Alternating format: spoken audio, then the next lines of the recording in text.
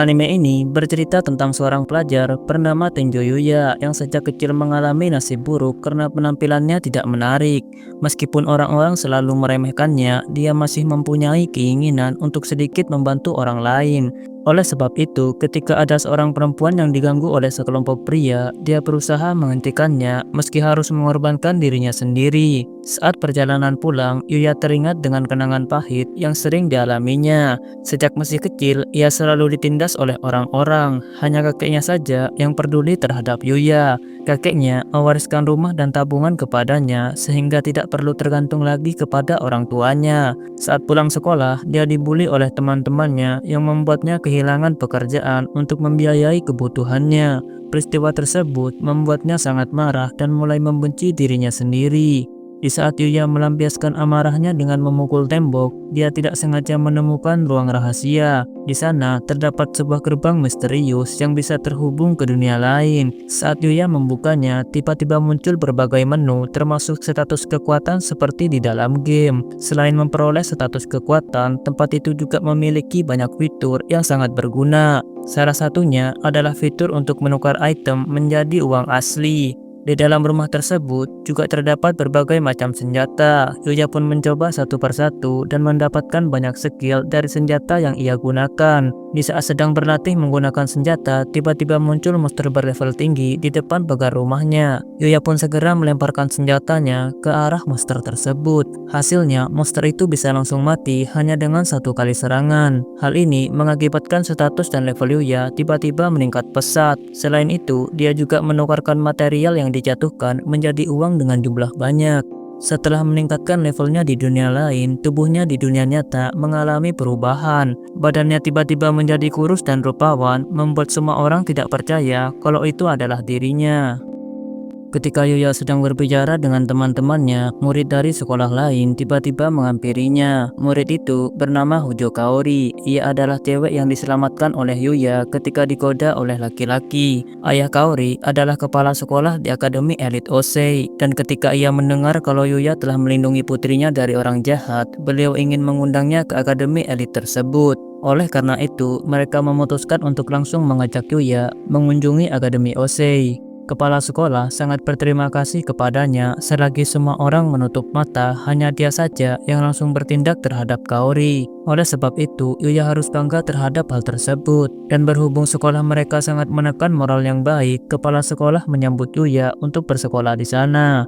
Dikarenakan Yuya masih belum bisa memutuskannya, dia diberi kesempatan untuk menghadiri kelas selama seharian.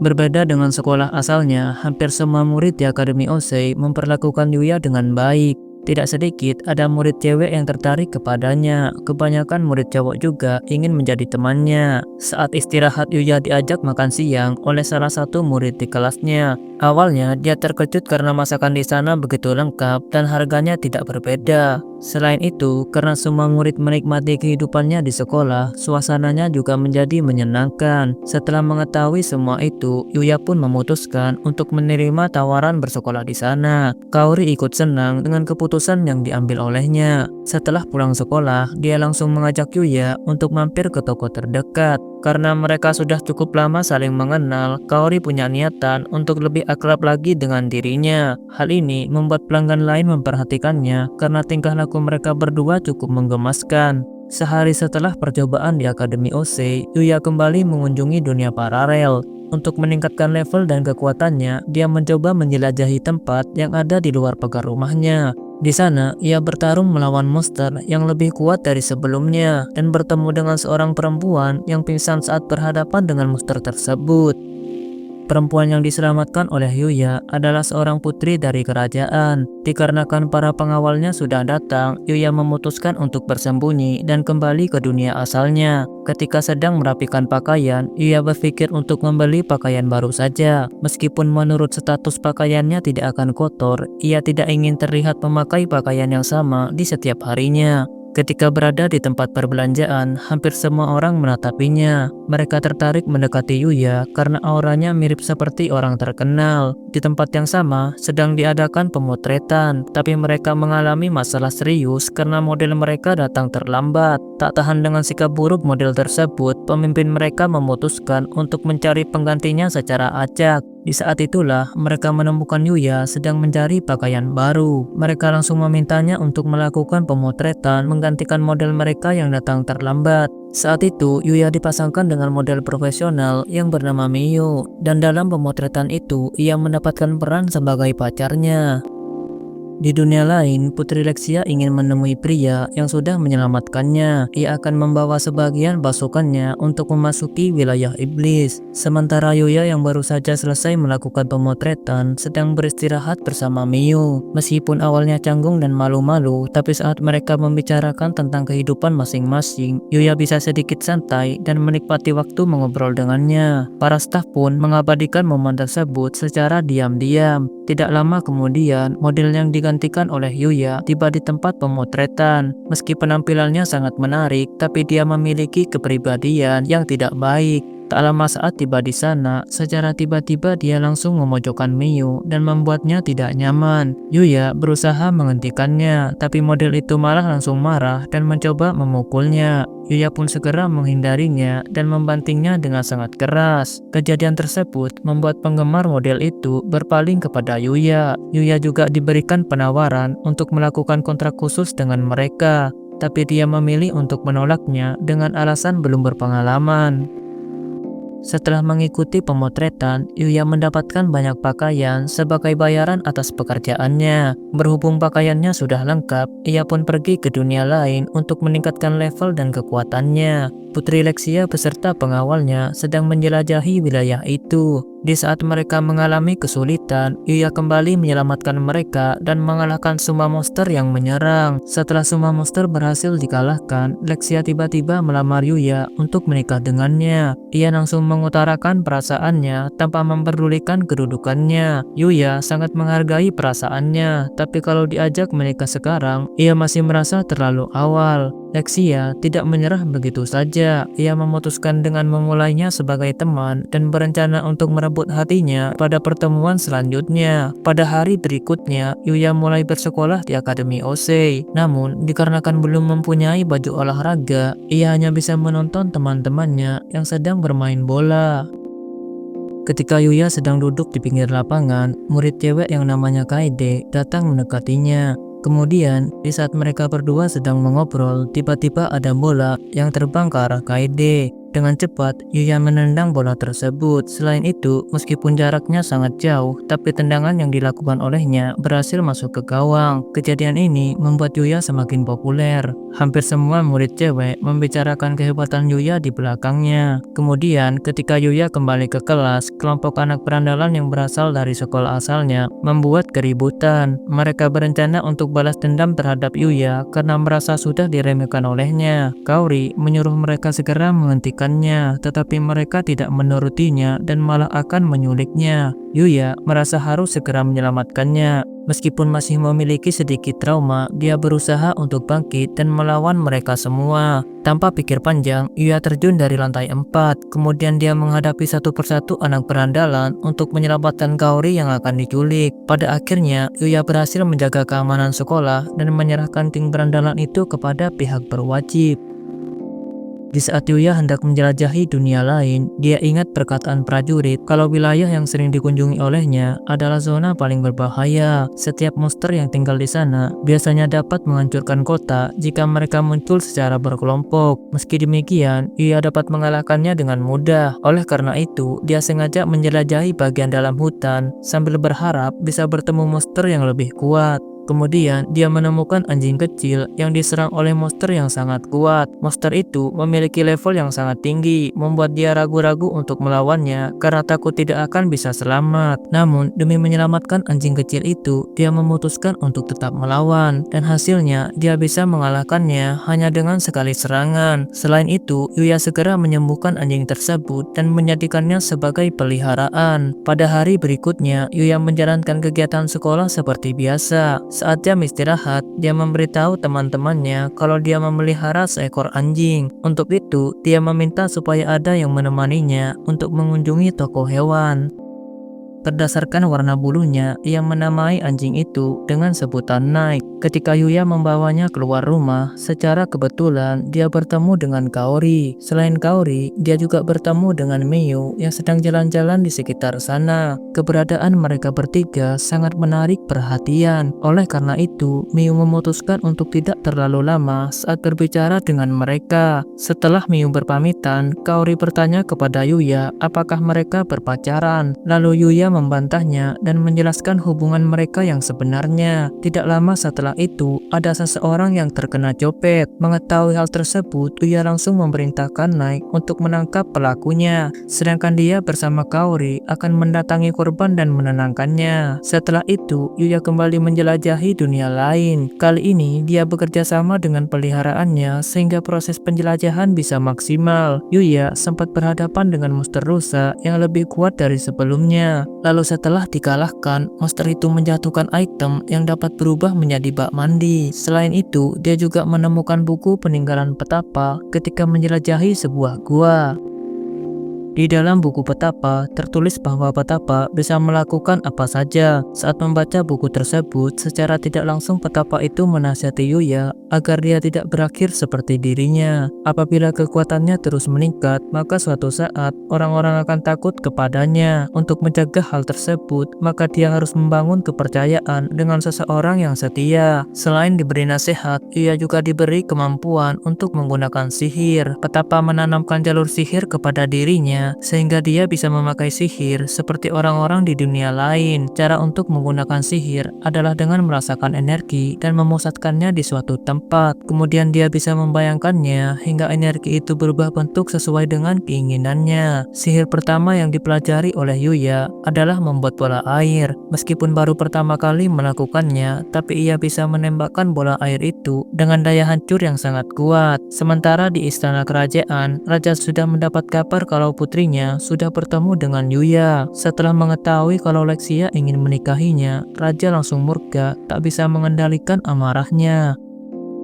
Semua murid di Akademi Osei akan melakukan praktik lapangan. Mereka akan berkemah selama 2 hari dengan kelompoknya masing-masing. Dikarenakan Yuya belum melakukan persiapan, Kaori dan teman-teman sekelasnya bersedia untuk membantunya. Kemudian setelah kebutuhan Yuya terpenuhi, mereka memutuskan untuk bermain di sekitar perbelanjaan. Dengan kemampuan penilaian dan pendeteksi kelemahan, Yuya bisa mendapatkan berbagai hadiah yang diinginkan oleh teman-temannya. Ia membuat mereka sangat senang dan mengagumi bakat miliknya. Setelah itu, Rio mengajak mereka semua untuk mengunjungi kafe di lantai 7. Namun, anak cewek memintanya untuk pergi duluan karena mereka ingin pergi ke tempat pakaian.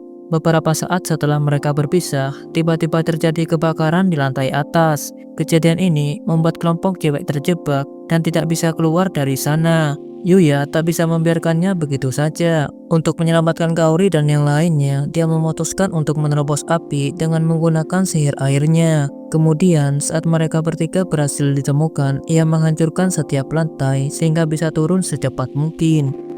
Beberapa hari sebelum melakukan praktek lapangan, Yuya menjelajahi dunia lain untuk mengembangkan kemampuan sihirnya. Dengan membayangkan tempat yang ingin ia kunjungi, dia bisa menciptakan sebuah portal yang terhubung dengan tempat tersebut. Semakin hari, kerjasama dia dan peliharaannya jadi semakin kompak. Namun, ketika Yuya mengajaknya pulang, Nek tidak mau menurutinya. Dia malah lari ke suatu tempat yang dipenuhi oleh monster. Selain monster, di sana juga ada seorang cewek yang sudah tidak berdaya. Di saat cewek itu sudah tidak bisa lagi melawan, Yuya segera menyelamatkannya dari sekumpulan goblin yang mengerumuninya. Setelah itu, Yuya membawanya ke tempat yang aman. Di saat cewek itu tersadar, dia juga memberikan herba pemulihan total untuk menyembuhkan seluruh lukanya. Cewek itu bernama Luna. Dia sedang berlatih di wilayah iblis untuk meningkatkan kekuatannya. Luna tidak bisa kembali ke kota dengan keadaan seperti itu. Dia ingin membasuh dirinya supaya tubuhnya kembali bersih.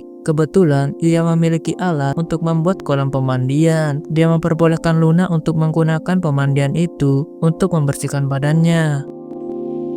Luna meminta kepada Yuya untuk menemaninya berlatih bersama. Karena takut Luna akan berlatih sendirian lagi, Yuya tidak bisa menolaknya. Mereka memutuskan untuk latihan seharian penuh sampai matahari terbenam. Kemudian di malam harinya, Luna mendekati Yuya di dalam pemandian. Dia memeluk Yuya dari belakang sambil berterima kasih karena mau menuruti permintaan egoisnya. Satu hari kemudian, Yuya memulai perjalanan untuk praktik lapangan sekolah. Kegiatan yang akan mereka lakukan adalah bertahan hidup di area hutan selama 2 hari 1 malam. Mereka harus bisa bertahan dengan sumber makanan dari alam seperti jamur atau tumbuhan liar. Selain itu, mereka juga bisa memancing ikan yang ada di sungai. Hampir semua murid mengeluhkan keadaannya, sedangkan Yuya tidak mengeluh karena sudah terbiasa menjelajahi tempat berbahaya. Berkat pengalaman latihannya bersama Luna, ia juga bisa memenuhi kebutuhan makan kelompoknya hanya dengan tangan kosong saja. Sementara Luna sudah jauh lebih kuat dari sebelumnya. Dengan kemampuan tersebut, ia bisa fokus menjalankan misinya sebagai pembunuh bayaran. Yuya dan Kaede menangkap ikan berjumlah banyak, sedangkan Rin dan Akira mengumpulkan jamur dan tumbuhan liar. Dikarenakan hanya Yuya saja yang bisa memasak, maka dia sendiri yang akan memasaknya. Tapi sebelum melakukannya, mereka harus menunjukkan bahan-bahan kepada guru terlebih dahulu. Saat diperiksa, hasilnya cukup memuaskan. Mereka menjadi satu-satunya kelompok yang semua bahan makanannya bisa dimakan. Namun, gurunya memperingati mereka supaya tidak lengah. Gurunya bilang masakan yang mereka buat juga akan jadi bahan penilaian. Di malam harinya, Yuya mulai memasak berbagai makanan. Dia membuat teman-teman dan gurunya terdiam karena masakannya lebih enak dari koki profesional. Guru Sawada tidak menyangka ada orang yang bisa membuat masakan selezat itu. Oleh karena itu, dia langsung melamar Yuya untuk menikah dengannya. Teman-teman Yuya dan guru lainnya berusaha menyadarkannya, tapi Sawada tidak menyerah dan terus menggoda muridnya tersebut. Kemudian, setelah situasi sedikit tenang, Yuya pulang ke rumahnya menggunakan portal untuk memberi makan peliharaannya.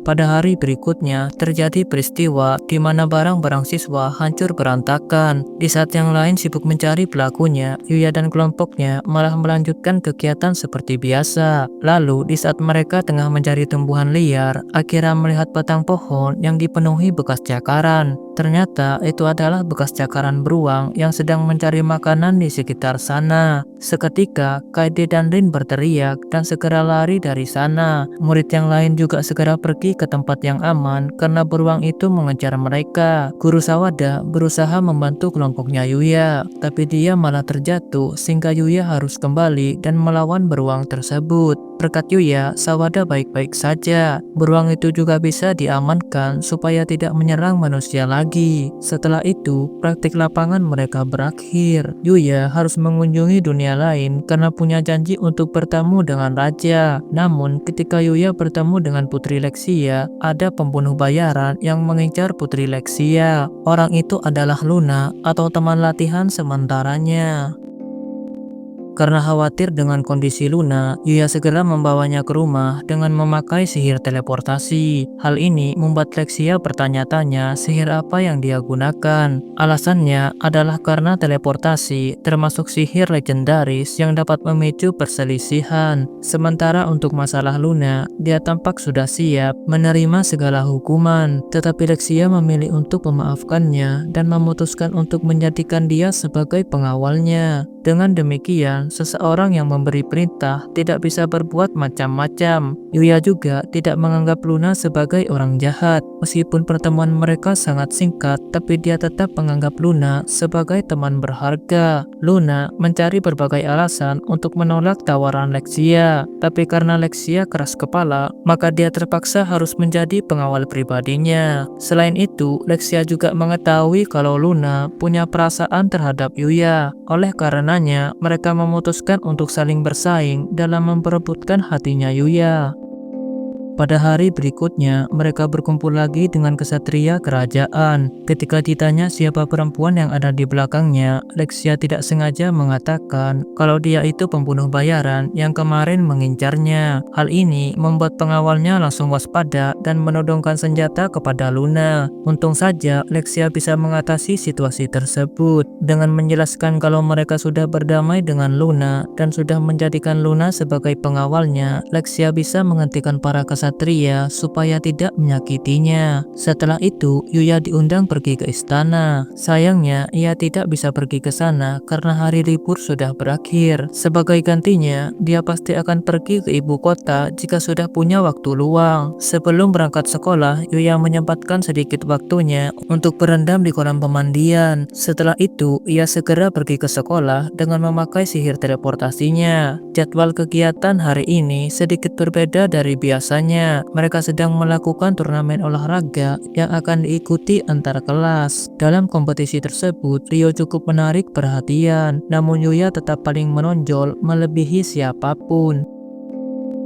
Ketika Yuya pulang sekolah, ia diberi tawaran oleh agensi untuk berkarir di dunia hiburan. Sejak awal, Yuya sama sekali tidak tertarik dengan dunia hiburan. Untuk saat ini, bisa bersekolah dengan normal saja sudah membuatnya tenang. Oleh sebab itu, dia memutuskan untuk menolak tawaran tersebut. Meskipun Yuya sudah menolaknya, prestir dari agensi tersebut tidak mau menyerah. Mereka memutuskan untuk menghadiri turnamen olahraga demi mendapatkan kesempatan untuk memotret Yuya. Di malam harinya, Yuya memasuki dunia lain. Dia membasmi berbagai monster untuk mengasah kemampuan sihir dan penggunaan senjatanya. Namun, sebanyak apapun monster yang dikalahkan, levelnya sudah tidak lagi meningkat. Lalu di saat sudah kehabisan cara untuk meningkatkan kekuatannya, tiba-tiba muncul monster peringkat SS yang sangat sulit dikalahkan. Dengan kekuatannya yang sekarang, Yuya belum bisa mengalahkannya. Tapi dia dan peliharaannya berhasil selamat berkat ada kelinci yang membantunya. Kelinci itu bukanlah hewan biasa, dia termasuk sebagai salah satu makhluk terkuat yang sudah menyandang gelar dewa. Setelah memperhatikannya sejak lama, kelinci itu memutuskan untuk menjadikan Yuya sebagai penerusnya. Untuk itu, dia mulai melatihnya dengan keras supaya kekuatannya bisa meningkat. Setelah kemampuannya ada peningkatan, Yuya langsung berhadapan lagi dengan monster babi hutan berperingkat tinggi. Meskipun terlihat kesulitan, tapi dengan mengarahkan seluruh kemampuannya, dia pun berhasil mengalahkannya.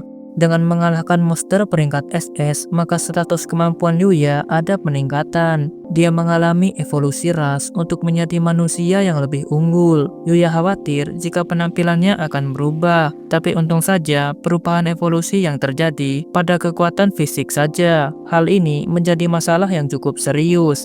Dia jadi kesulitan untuk mengontrol kekuatannya dan mengganggu aktivitas kesehariannya. Contohnya, ketika dia ikut turnamen olahraga, Yuya membuat murid lain ketakutan karena pergerakannya bisa menghancurkan area lapangan. Sementara Kaori menunjukkan sikap yang sebaliknya. Setelah kegiatan mereka selesai, dia mendekati Yuya lagi dan mengajaknya pulang bersama.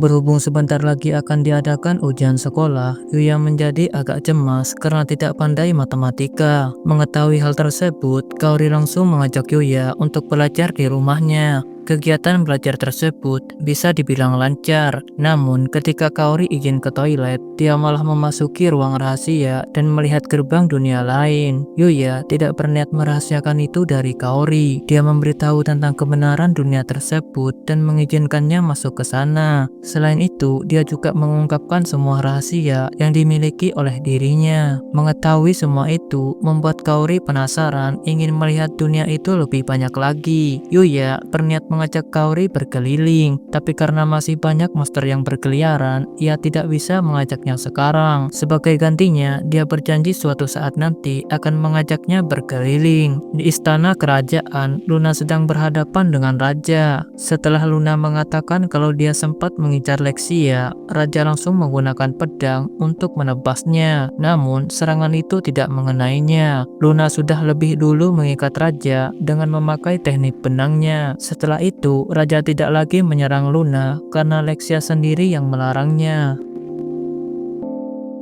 Setelah gagal membunuh Lexia, kliennya memutuskan untuk segera menyerang istana. Mereka berencana akan menyerang raja, lalu melimpahkan semua kesalahannya kepada Yuya. Sementara Yuya yang memiliki banyak waktu luang akan mengunjungi ibu kota. Tapi sebelum pergi ke sana, dia harus menyiapkan perbekalan dengan menjual barang yang berasal dari dunia asalnya. Di saat Yuya mengunjungi suatu toko, pemilik toko itu beranggapan kalau dia bangsawan yang menyamar. Yuya membantah hal tersebut, tapi pemilik toko itu tidak percaya karena barang yang ia jual termasuk barang yang mahal. Berkat pedagang itu, Yuya tidak perlu khawatir lagi soal uang. Dia bisa melanjutkan perjalanan menuju ibu kota tanpa ada hambatan. Kemudian, saat dia tiba di ibu kota, dia langsung menemui raja di istana. Tanpa banyak basa-basi, raja langsung melampiaskan amarahnya karena beranggapan Yuya telah berani menggoda putrinya. Tak lama setelah itu, tiba-tiba mereka dikepung oleh kelompok pembunuh bayaran. Pembunuh itu berniat untuk menyerang dengan memasang suatu penghalang yang dapat memblokir sihir.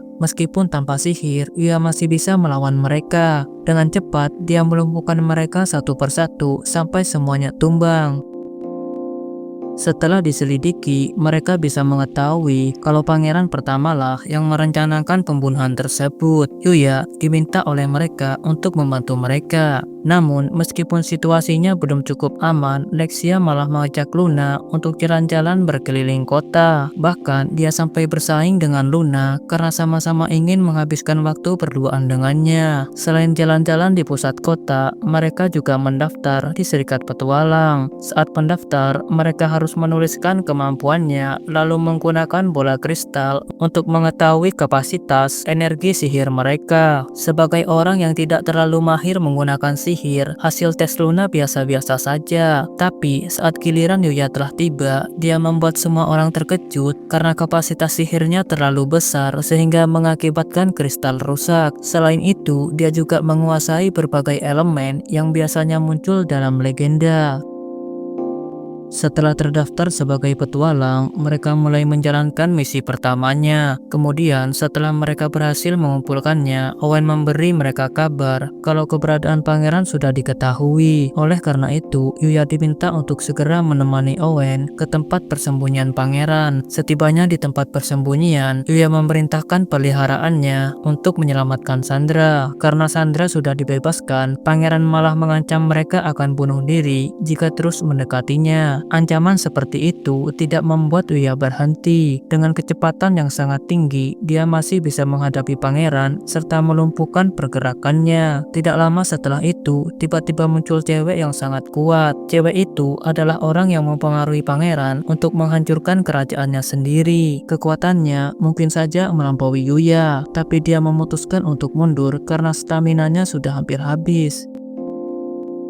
Ketika raja sedang membicarakan hukuman untuk Pangeran Rhaegar, dia tidak sanggup menatapnya karena kondisi tubuhnya sangat mengkhawatirkan. Semua luka yang dialami oleh pangeran ternyata disebabkan oleh energi sihir Lexia yang dulu pernah tidak terkendali. Hal itu menjadi salah satu pemicu kenapa insiden ini bisa terjadi. Sebelum raja memberikan hukuman, Yuya mencoba memberikan ramuan yang bernama herba pemulihan total. Dengan ramuan tersebut, maka seluruh luka yang dialami pangeran bisa sembuh seketika. Meski lukanya sudah sembuh, pangeran tidak bisa lolos dari eksekusi. Oleh karena itu, pangeran merasa semuanya menjadi sia-sia. Kemudian, Lexia bilang kepada ayahnya kalau dia memaafkan kesalahan kakaknya. Lexia memaksa ayahnya untuk meringankan hukuman kakaknya dan tidak memberikan hukuman mati.